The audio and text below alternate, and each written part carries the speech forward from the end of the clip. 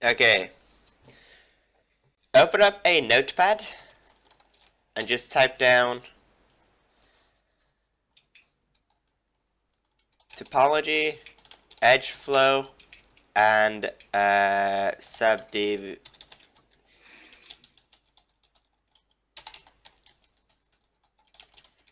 Um, Type down these: topology, edge flow, subdivision, deformation, and hold on, let me just mute Discord. Hello? Okay, so topology, edge flow, subdivision, deformation, and supporting edges. Those four, I believe, you need to know in order to create this. You need to understand these, because otherwise you'll run into several issues later on. So, the reason why this is happening, by the way, is, again, one of the points, you don't have a proper topology, that was one point, and subdivision deformation like this one. If you want this to deform properly, you need to have like an edge that goes around like this. Currently have the, what I call, like, it goes down like here and here. This is really bad for deformation. So, I'm going to show you one way to fix it. The easiest way is probably selecting all of these, extrude and scale. That'll give you this nice, you can see the difference between here and here, and then you can select all of these and then hit G twice really fast, and you can start slide. Okay, so that's double tap G, like tap, okay, and then you can slide it just a bit out, not much, just so that there's a subtle gap. Although this seems to be not enough.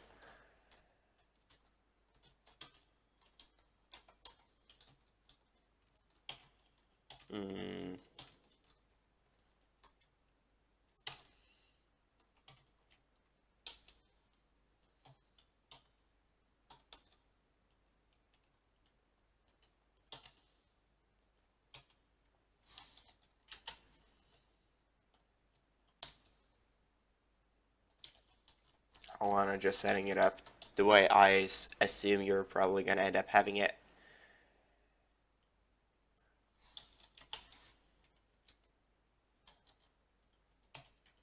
Something like this, I assume is what I assume you want. One tip, by the way, if you want to check, like I can see there's a very slight warping still. One great way to check it is turn on matte cap and turn on either of these, because they are very glossy, and you can, like now for instance this light here, you can kind of see how it bends around, and you can see that it bends faster towards here. Like ideally this would follow all the way up.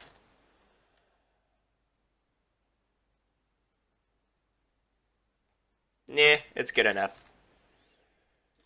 Could have been better. But this is what you want. You want to have this edge here, by the way. And also, this is still not ideal. There are other ways to fix it. But in order to do so, you have to set it up from the beginning. Like, for instance, using either knife tool or... I can show you. I can give it a try. Hold on. I want this for comparison. So... if I wanted to have this square cut out, I would start adding the top and bottom, making sure I put them slightly above where I want it to be.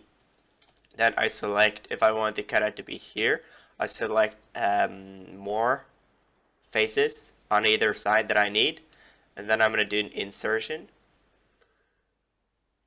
about like this, and I'm going to do another one. Then extruding in. The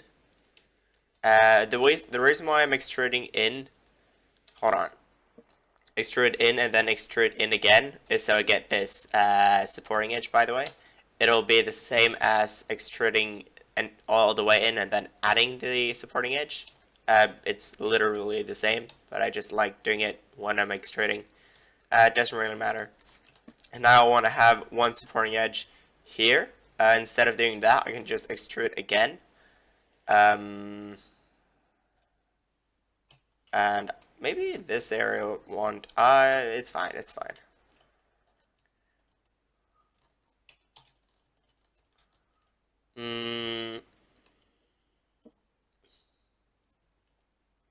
So now you can see that it's more ideal.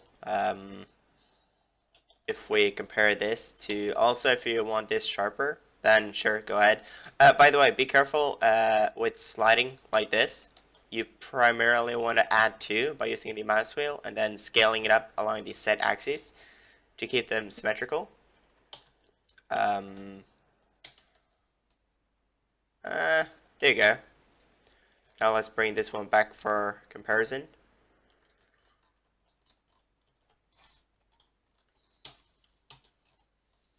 So you can see the difference. This one has a lot of topology that's very unnecessary, while this one is a lot more clean.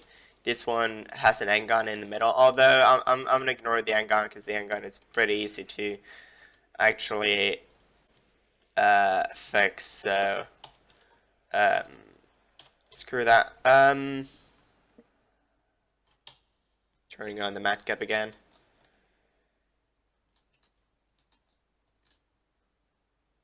This one you can see the light bends really smoothly. Same on this side. While on this one it's good enough.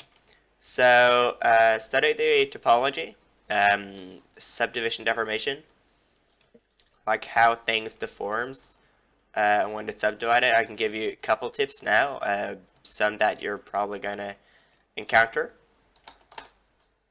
One of them being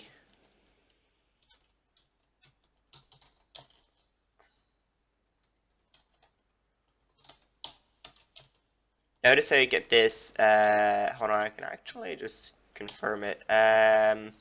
Notice the deformation if everything is quads, and this is when you put one triangle in it. You get one pole here, you get one negative pole here.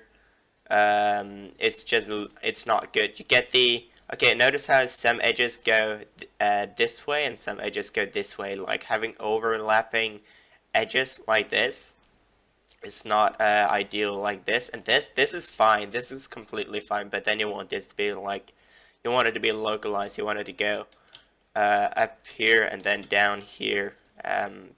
So you don't want it to be crossing like that unless you cannot avoid it. There are some cases where you literally can't avoid it, in which case, sure, go ahead. But if you can, try and localize them. One way to do a localized loop, let me actually show you. Hold on, I need more edges. Is to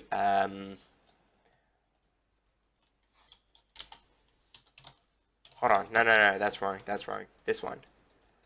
And I slide that up, and wait, how do I create it again?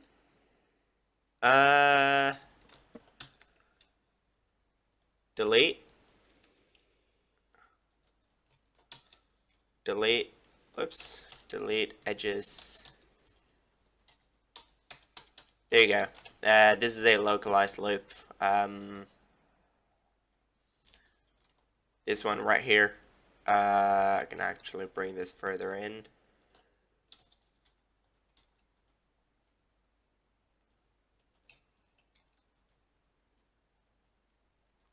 There you go. If I now use a subsurface on it, you can see how that looks.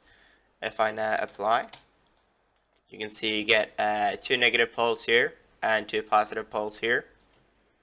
These are ideally not the best because they don't deform really well, but it's pretty much fine. I mean, if we look at the topology, you can see that it's all localized. You don't get any of the crossing. Well, yeah, it's kind of crossing here, but you don't get the this effect here. So this is how I create a local loop.